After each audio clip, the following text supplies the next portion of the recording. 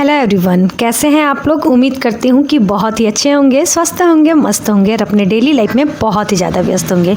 तो जो लोग भी हमारा वीडियो फर्स्ट टाइम देख रहे हैं, हो सके तो हमारे चैनल को ज़रूर से ज़रूर सब्सक्राइब कर दें, लाइक कर दें एंड शेयर करना और हाइप करना तो बिल्कुल भी ना भूलें। तो कल मैंने आप सभी के साथ महासप्तमी पूजा की व्लॉग शेयर की थी। आज मैं आप सभी के साथ अष्टमी का व्लॉग शेयर कर रही हूँ। कितने लोगों ने देखा नहीं देखा कमेंट करके ज़रूर बताइएगा। और ये भी मैं बता दूँ, एक कमेंट कल आया था कि अभी आपका वेट कितना है। तो डियर, अभी मेरा वेट 60 है, बढ़ा नहीं है। ऐसा नहीं कि बहुत ज़्यादा बढ़ गया है, नहीं, ठीक है, अभी 60 ही है। लेकिन जैसे ही पूजा ख़त्म होगी ना, तो फिर से हम वेट लॉस चैलेंज स्टार्ट करेंगे। वैसे तो 2 तारीख को मुझे वेट चेक करके बताना था आप लोगों को, लेकिन मैं नहीं बताई क्योंकि कुछ कर ही नहीं पाई थी पूरे महीने, तो इसीलिए नहीं बताई। खैर चलिए, आज का अष्टमी का व्लॉग आप सभी के साथ शेयर करते हैं। तो अष्टमी तो कल ही लग गई थी, एक दिन पहले ही लग गई थी और अभी सुबह में जाना था हम लोगों को पूजा करने के लिए। तो सबसे पहले तो जो हमारा बर्तन होता है कांसा पीतल का, जिसे प्रसाद लेकर जाया जाता है, उसे धुल ली हूँ। उसके बाद फिर मैं हो गई हूँ रेडी। और मेरी ये अष्टमी की साड़ी आप सभी को कैसी लगी कमेंट करके ज़रूर बताइएगा, क्योंकि इस बार ना मैं बहुत लाइट वेट साड़ी ली थी। हैवी साड़ी मैं तीज में ले चुकी थी, तो इसीलिए मेरा मन था कि नहीं। और अब सच पूछिए ना, तो मन होता भी नहीं है कि कुछ हैवी सा पहन ही नहीं पाते हैं, कैरी कर ही नहीं पाते हैं। तो इसीलिए ना एकदम लगता है कि बस लाइट वेट हो, जिसे पहन करके घर का काम भी कर ले। तो कुछ इसी को सोच करके ना मैं ये साड़ी ली थी। और यकीन मानिए, ये साड़ी मैं अपनी बड़ी ननद के लिए ली थी, लेकिन उन्हें पसंद नहीं आया था। मैं जो साड़ी ली थी उन्हें वो पसंद आया था, तो वो वाला ही उनको मैं दे दी। और बहुत अच्छा हुआ, ये मुझे मतलब बहुत पसंद आया। ये साड़ी ना इतना अच्छा लाइट वेट है, मुझे तो भाई बहुत ही ज़्यादा पसंद आया। खैर चलिए, यहाँ पर देख सकते हैं कि आ गई हूँ मैं मंदिर पूजा करने के लिए अष्टमी वाले दिन। और ये रहा हमारा मंदिर, जो कि अभी इसी साल पूरा हुआ है कंप्लीट बनकर। पहले बहुत छोटा हुआ करता था, लेकिन इस साल पूरे अच्छे से बन गया है और काफ़ी लंबा चौड़ा हो गया है। वरना पहले ना बहुत भीड़ हो जाया करती थी और मतलब सारे लोग इकट्ठे पूजा नहीं कर पाते थे, लेकिन इस बार बहुत अच्छे से पूजा हुई। बिल्कुल भीड़ भड़क्का कुछ भी नहीं था, बहुत अच्छे से सभी लोगों ने दर्शन दिया। तो यहाँ पर हमारी थाली पूजा हो गई है। अब हम लोग बैठे हुए थे पुष्पांजलि देने के लिए, तो पुष्पांजलि भी हो गई। उसके बाद फिर देख सकते हैं यहाँ पर बच्चे पैसे मांग रहे हैं। एक बार मैं दे चुकी हूँ, लेकिन फिर भी वो लोग मांग रहे हैं। तो चलिए, इन लोगों को देते हैं, दान करते हैं। उसके बाद फिर चलते हैं, एक और मंदिर जाना है वहाँ पर।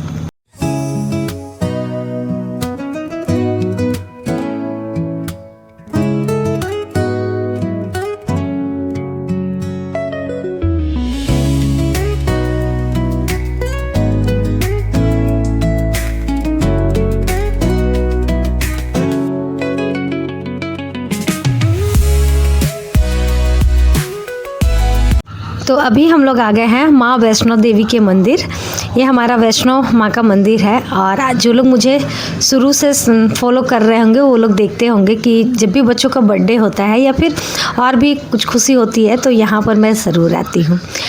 यहाँ आई, जैसे ही आई वैसे ही बहुत सारे लोग मिल जाते हैं। पूजा पाठ का तो यही सबसे अच्छा होता है कि ऐसे आप कभी भी किसी से नहीं मिल पाओगे, लेकिन पूजा पर्व वाले दिन सारे लोग मतलब आते जाते रहते हैं ना, तो मिल ही जाते हैं। और ये चीज़ बहुत अच्छा लगता है, जहाँ भी जाइए 5-10 मिनट हो ही जाता है, क्योंकि सारे लोग मिल जाते हैं, बातें हो जाती है 2 बात।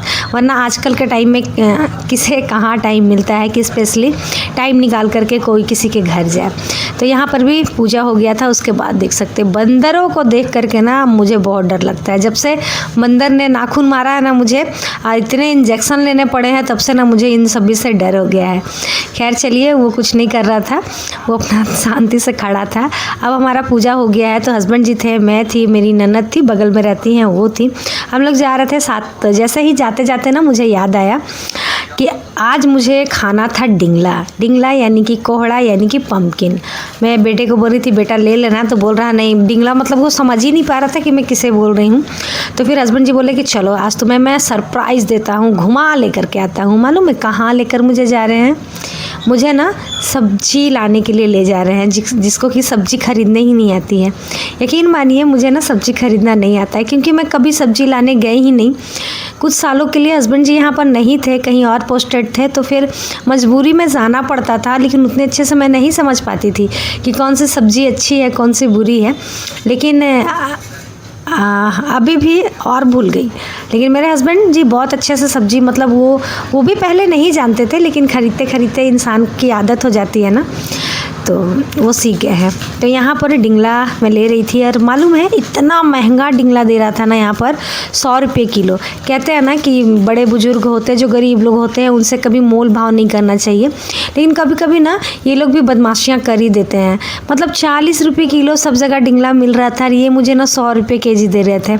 अब बताओ, वो तो खैर मनाइए, बगल में एक इंसान आया लेने के लिए, वही बोला, तो फिर जा करके ना 50 रुपये किलो ये डिंगला दिए। मतलब आज एकदम मतलब पूरा आधा ही डिफरेंस हो गया था, क्या बोल सकते हैं। खैर चलिए, अभी घर आ गए हैं, और सबसे पहले मैं चेंज की हूँ, क्योंकि साड़ी में थोड़ा सा लग रहा था, गर्मी बहुत है ना, तो गर्मी लग रही थी, तो मैं बोली चलो अब सूट पहन लेते हैं। सूट में थोड़ा सा कंफर्टेबल लगता है, साड़ी में बिल्कुल नहीं लगता है।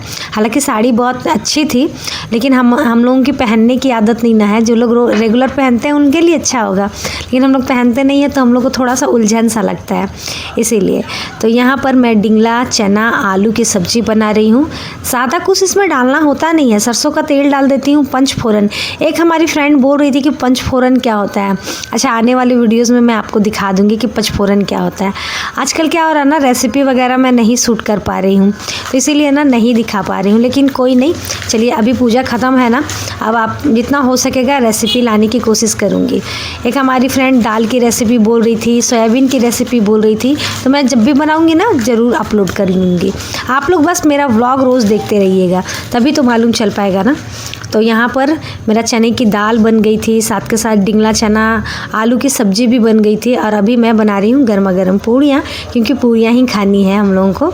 तो बस ये सारा कुछ हो जाएगा, और उसके बाद फिर फटाफट से निकाल देंगे खाना, क्योंकि काफ़ी टाइम हो गया था। मंदिर गई, मंदिर से आई, फिर एक और मंदिर चली गई, फिर वहाँ से आई, फिर सब्ज़ी लाने चली गई, और उसके बाद फिर खाना बना रही हूँ। तो सब कुछ अकेले करने में तो लेट तो होता ही है ना, तो करीब मेरे ख्याल से 2 या 2:30 बज गया था। दोनों बच्चों को भूख पहले लगी हुई थी, लेकिन फिर जब जा कर के बाहर वो लोग खा करके चले आए, मेला था ना, तो मैं बोली जाओ आज छूट है, खा लो बाहर जो भी खाना है। तो लोग बाहर से शायद मिष्टी ही खाई थी, बेटा नहीं खाया था, तो फिर वो पूड़ी खाया, और यहाँ पर निकाल रही हूँ मैं सभी के लिए खाना। तो आ जाइए, आप लोग को जिन्हें भी खाना है हमारे हाथ का खाना खा सकते हैं। वैसे ये तो बहुत पुराना है, लेकिन अभी मैं जो बनाऊंगी ना वो आप सभी को खिलाऊंगी। तो यहाँ पर सबसे पहले हस्बैंड जी की थाली लग जा रही है, उसके बाद फिर हमारी।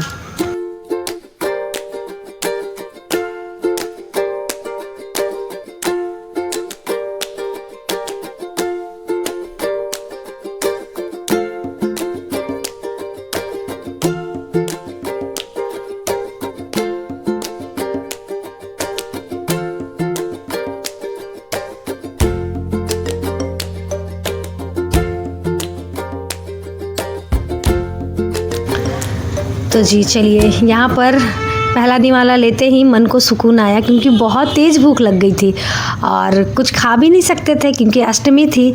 सभी जगह सादा वाला जो नमक आता है, आयोडीन नमक, उसी का बना हुआ रहता है, और हम लोगों को खाना था सेंधा नमक। तो इसीलिए ना भूख से एकदम जान निकली जा रही थी, और मीठा खाने का मन नहीं कर रहा था, वरना लड्डू और फ्रूट वगैरह तो थे ही, लेकिन मन बिल्कुल भी नहीं हो रहा था। तो चलिए, यहाँ पर करीब 3 साढ़े 3 बजे हम लोगों का खाना ख़त्म हो गया था। अब हम लोग यहाँ पर मैं लगा ले रही थी झाड़ू, और बस झाड़ू लगाएंगे और उसके बाद फिर आराम करेंगे, क्योंकि रात का भी खाना वही था। तो इसीलिए यहाँ पर मिष्टी को चिढ़ाया जा रहा था, तो इसीलिए मिष्टी ऐसे मुंह बना रही थी। अभी शाम का टाइम था, और मेरे बेटे को बिल्कुल बर्दाश्त नहीं ले आया। वो बोला नहीं, आज तो मैं चाउमीन खा के ही रहूँगा।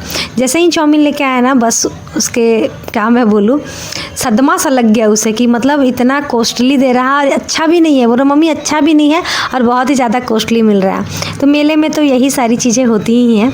खैर कोई नहीं, चलिए, ये अष्टमी का